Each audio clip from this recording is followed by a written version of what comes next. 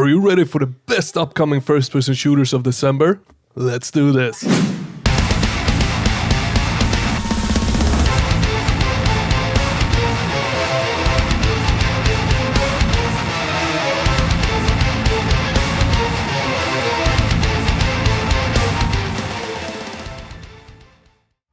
First up in December, we got Don't Shoot, a bodycam style tactical COD zombie shooter. And I mean, it honestly sounds kinda cool. You got objectives that needs finishing, all while trying to survive the waves of infected, with a more tactical approach to it than your standard horde-based shooter. But the presentation and the trailer we're seeing rolling here doesn't really convince me that much at all. Now the bodycam effect, it seems very static and almost makes me more motion sick than anything else. And the majority of the footage is just the player walking in the same environments. Not really the best way to sell a game in my opinion. But there is something that does tingle a little bit better though, and that is that the game will feature a fully voiced story. Now the developer describes it as if you were experiencing a documentary on the work of a military caught in this infected zone. Now how well that is implemented and done, well, only time can tell, but I might just check this one out if the price is right.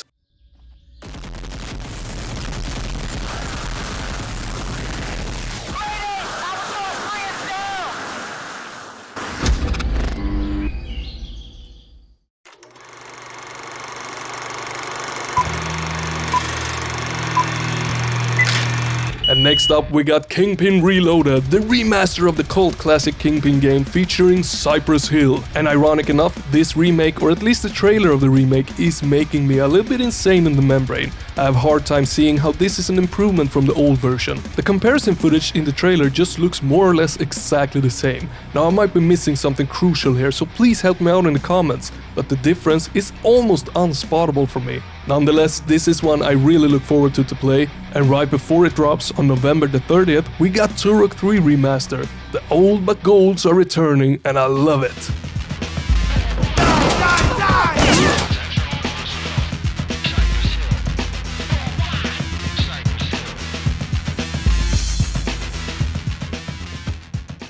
At first this one didn't catch my attention at all, but the more I look at it, the more fun it actually looks. It's like combining Super Mario with Sonic and putting it in a first-person shooter game, and that's a pretty neat formula. The game will not just be guns blazing and fast movement, but it will offer a lot of platforming and puzzling in the style of Mario and Sonic. And it actually looks really smooth, fun, and like a nice break from an awful day at work. The game is created by one guy who quit his day job to work on this title full-time, and while I'm not familiar with his work prior to this game, this now actually managed to officially have my attention. What do you think of this Sonic FPS? Let me know in the comments, and if you liked the video so far, hit that like. Even more so if you like the bald guy talking in the video. I'm talking about this guy right here. Then smash that subscribe as well. Now strap on your seatbelts because it's about to get a hell of a lot wilder in here. So are you strapped in yet? Good, because the description of this one makes the game sound very interesting, so I'm going to read it for you, and it goes something like this. Heavily inspired by old retro horror games, Everest mixes intensive survival horror with slow-paced first-person shooter combat. Ammo is rare, enemies are tough, and each bullet counts. Built within a massive living organism, the Everest nature attraction is one-of-a-kind facility that's open to both public and scientists alike. It seems, however, that some cataclysmic event is occurring. You get to play as a police officer attempting to save those trapped below the flesh surface. And that was that, my friends, and I think it sounds and looks quite interesting. I love the idea for the game, and the graphics are just right for me. It hits that sweet nostalgic late 90s, early 2000s vibe with some modernizations here and there like the lighting. So I'm ready to make every bullet count.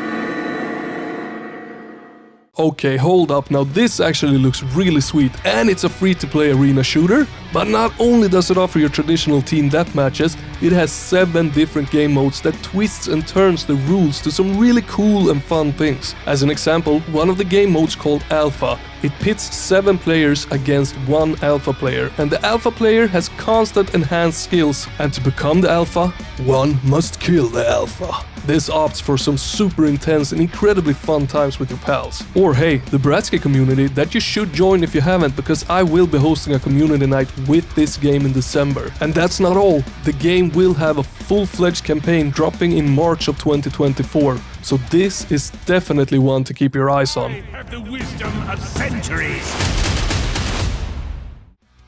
Yeah, I'm not going to even try and pronounce the name of this game. However, it is a first-person shooter game inspired by Portal, and that is something we really like. The biggest difference would be that instead of portals, this game actually features shootable guns, so you will be blasting your way to victory in this one, compared to say Portal, where you platform and puzzle your way out. But shooting is not the only thing that you will be doing. It will offer some extensive puzzling, inventory management, and a story to follow along with. But what really caught my attention the most though is the Portal-like environments. Judging from the trailer, they nailed it and expanded upon it. I am super excited where this game will take us.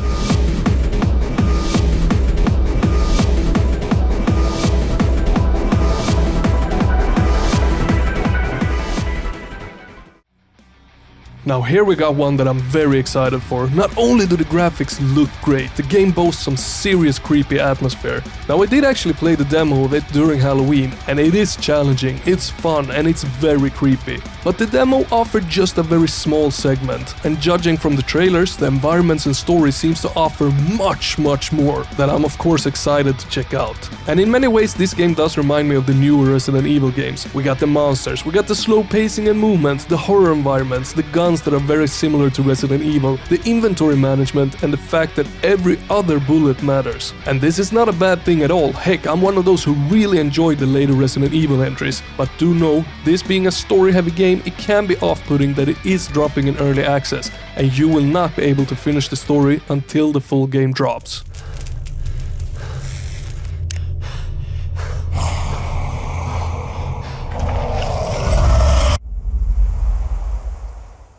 Soulslinger, another one that I'm very excited for. Now I actually played the demo of this one as well, and I have a video up on it that I linked in the comments just for you, so don't miss it. Now I've been keeping my eyes on this one ever since I played the demo, and I know that the developers have been hard at work to further optimize the game and fine-tune certain aspects of it. But I have to say that I rather enjoyed the first flawed experience quite a lot, and that has me super excited for the improved early access release now in December. So what is this game, Slim? Well, it is a roguelike, and in many ways it plays a lot like Dead Link. After each arena, you get to choose which path you want to take, and each path offering different challenges and different rewards. So depending on how you want to build your character in each run, you choose what path you want to go on. And that is actually a concept I really like from my roguelikes, but something that really struck me with this game is how well done the NPCs are. They are so freaking cool, greatly voiced, and really sticks out in a memorable way. In other words, I can't wait to explore this game further. The souls.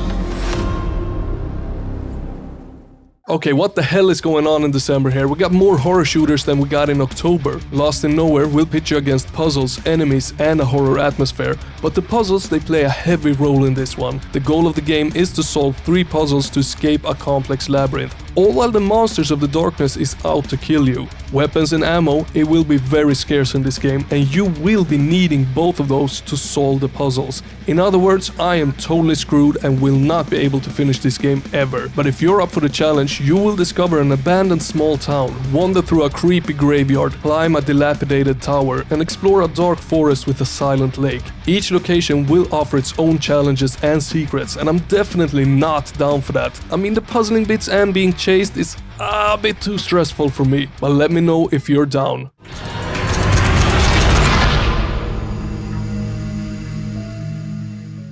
That was the month of December, my bratskis. I hope you enjoyed it. And don't forget to join the Discord so that you can vote in the Boomer of the Year awards and join in on the community night where we will be playing DreadMoon, which will be free to play. So join the Discord, chit-chat it up with the beautiful people in there, and I will see you in the Boomer of the Year awards.